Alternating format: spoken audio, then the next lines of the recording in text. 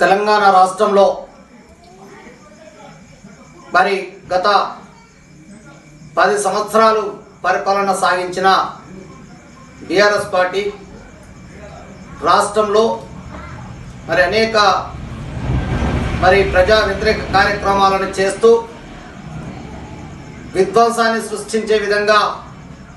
పేద బడుగు బలహీన వర్గాలను ఇబ్బందులకు గురి చేస్తే తెలంగాణ ఇచ్చిన పార్టీ శ్రీమతి సోనియా గాంధీ గారి నాయకత్వంలో రాహుల్ గాంధీ గారి సారథ్యంలో తెలంగాణ రాష్ట్రంలో ప్రజలు తిరిగి కాంగ్రెస్ పార్టీ అధికారంలోకి తీసుకువచ్చి గౌరవ ముఖ్యమంత్రి వర్యులు రేవంత్ రెడ్డి గారిని ప్రజలు ఆశీర్వదించి అధికారంలోకి తీసుకొచ్చిన తర్వాత రేవంత్ రెడ్డి గారి నాయకత్వంలో పిసిసి అధ్యక్షులు మహేష్ కుమార్ గౌడ్ గారి సారథ్యంలో బట్టి విక్రమార్క ఉప ముఖ్యమంత్రి గారి సారథ్యంలో మంత్రివర్గ సహచరులంతా శాసనసభ్యులు శాసన మండలి సభ్యులు కష్టపడి 2 సంవత్సరాల తెలంగాణ ప్రజా పాలన విజయోత్సవాలు జరుపుకుంటున్న సందర్భంగా పేద బడుగు బలహీన వర్గాల కోసం ఆనాటి నుంచి ఈనాటి వరకు ఏనాడైనా కాంగ్రెస్ పార్టీయే పేద ప్రజల దళిత గిరిజన బలహీన వర్గాల ప్రజల పక్షాన ఉండే పార్టీ ప్రభుత్వాలుగా ఆవిర్భవించిన తరుణంలో గత 2 సంవత్సరాల కాలంలో గౌరవ ముఖ్యమంత్రి రేవంత్ రెడ్డి గారి ఇచ్చిన మాట ప్రకారం కాంగ్రెస్ పార్టీ చేసిన వాగ్దానాల ప్రకారం అనేక సంక్షేమ కార్యక్రమాలను ప్రజలకు అందించడం జరుగుతూ ఉన్నది. గత 10 సంవత్సరాలుగా ఏ పేదవాడికి కూడా ఒక్క రేషన్ కార్డు ఇవ్వగలిగిన సందర్భంగా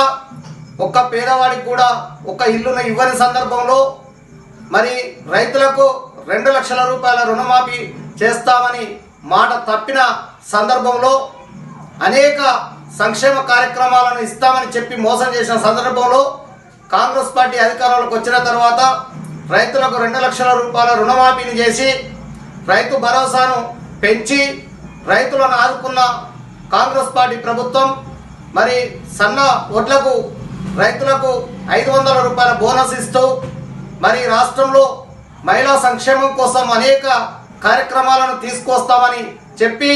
మొదటగా మహిళలకు ఉచిత బస్సు ప్రయాణాన్ని కల్పించి ఎంతో మంది కుటుంబాలకు ఆసరాగా నిలబడ్డటువంటి రేవంత్ రెడ్డి గారి నాయకత్వంలోని కాంగ్రెస్ పార్టీ ప్రభుత్వం అనేక సంక్షేమ కార్యక్రమాలను చేపడుతూ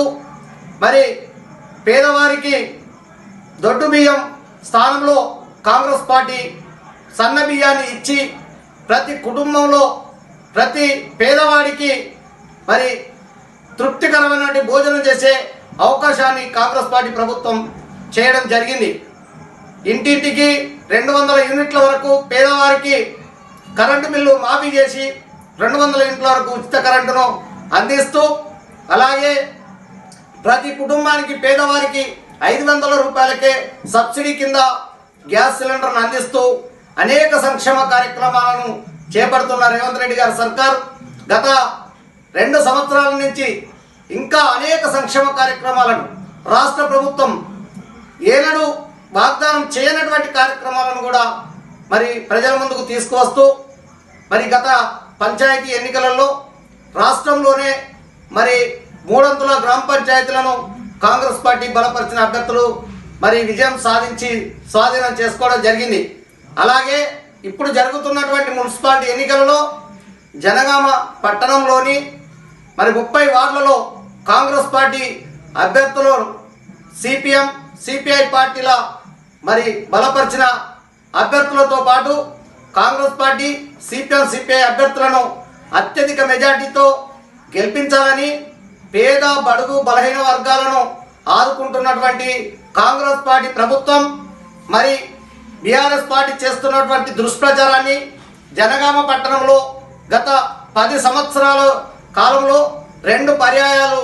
జనగామ మున్సిపల్ చైర్మన్ పదవిని దక్కించుకొని అభివృద్ధిలో వెనకడుగు వేసి మరి దోపిడీ చేసి ప్రజలను దోచుకున్న విధంగా మరి ఎంతో దుర్భరమైన పట్టణంగా తీర్చిదిద్దారు. కానీ గతంలో 10 సంవత్సరాల కాంగ్రెస్ పార్టీ ప్రభుత్వ హయాంలోనే జనగామ పట్టణ అభివృద్ధి చెందింది. ఆనాటి కార్యక్రమాలనే మరి ఆ రోజు గౌరవ కాంగ్రెస్ పార్టీ ముఖ్యమంత్రి రాజశేఖర రెడ్డి గారి నాయకత్వంలో మరి జనగామ అభివృద్ధి చెందడం జరిగింది. ఆ తర్వాత అధికారంలోకి వచ్చినట్టు బీఆర్ఎస్ పార్టీ ప్రభుత్వ హయాంలో ఎలాంటి సంక్షేమ కార్యక్రమాలు లేకపోవడం వల్ల జనగామను మరి అభివృద్ధి నిర్వీర్యం అయింది. దాన్ని దృష్టిలో ఉంచుకొని జనగామ పట్టణ ప్రజలంతా మరి గతంలో ఎన్ని సంక్షేమ కార్యక్రమాలు జరిగినాయి, ఇందిరమ్మ కాలనీలు కానివ్వండి, మరి సైడ్ డ్రైన్స్ కానివ్వండి, సీసీ రోడ్లు కానీ ఇంకా అనేక సంక్షేమ కార్యక్రమాలను చేపట్టడం జరిగింది. 10 సంవత్సరాలు ఎలాంటి అభివృద్ధికి నోచుకొని జనగామలో మరి ఈసారి ఖచ్చితంగా 30 వార్డులలో జనగామ పట్టణంలోని కాంగ్రెస్ పార్టీ అభ్యర్థులను ప్రజలు ఆశీర్వదించి గెలిపించితే ఖచ్చితంగా కాంగ్రెస్ పార్టీ అమలు చేస్తున్నటువంటి ప్రతి పేదవాడికి ఇందిరమ్మ ఇల్లు, ప్రతి పేదవాడికి ఇంతకు ముందుకే ఎన్నో మందికి వేల మందికి రేషన్ కార్డులు మంజూరు చేయడం జరిగింది. గత 10 సంవత్సరాలు ఒక్క రేషన్ కార్డు కూడా మంజూరు చేయలేకపోయినరు, మరి ఒక్క ఇల్లును కూడా మంజూరు చేయలేకపోయినరు, మరి పేదవాడిని ఆదుకోలేకపోయినరు. మరి ఖచ్చితంగా పేదవాడికి న్యాయం జరగాలంటే కాంగ్రెస్ పార్టీని ఆశీర్వదించాల్సిన అవసరం ఉంది. కాబట్టి గతంలో ఉమ్మడి వరంగల్ జిల్లా డిసిసి అధ్యక్షురాలుగా జిల్లా పరిషత్ అధ్యక్షురాలుగా పనిచేసినటువంటి శ్రీమతి లకావత్ ధనవంతి గారు ఈరోజు జనగామ డిసిసి అధ్యక్షురాలుగా కొనసాగుతూ ఉన్నారు. గౌరవ పార్లమెంటు సభ్యులు చామల కిరణ్ కుమార్ రెడ్డి గారి సారథ్యంలో వారి ఎంపీ నిధులతోటి,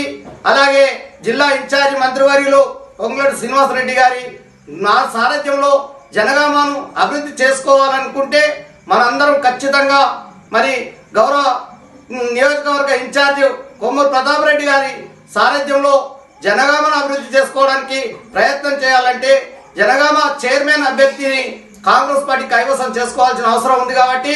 30 వార్డులలో ప్రతి వార్డుకు ఖచ్చితంగా కాంగ్రెస్ పార్టీ అభ్యర్థులను ఆశీర్వదించాలి. చేతి గుర్తుపై ఓటు వేసి కాంగ్రెస్ అభ్యర్థులను అత్యధిక మెజార్టీతో గెలిపించాలని జనగామ పట్టణ ప్రజలందరికీ పేరు పేరున చేతులెత్తి నమస్కరిస్తూ వేడుకుంటున్నాం. అలాగే ఇంకా చాలా మాటలు చెప్పి తప్పుదోవ పట్టించే విధంగా ప్రయత్నాలు చేస్తున్నటువంటి పార్టీల యొక్క మాటలు నమ్మొద్దని, ఖచ్చితంగా కాంగ్రెస్ పార్టీని ఆశీర్వదించాలని కోరుకుంటూ మీ దూడల సిద్ధయ్య గౌడ్, జనగామ.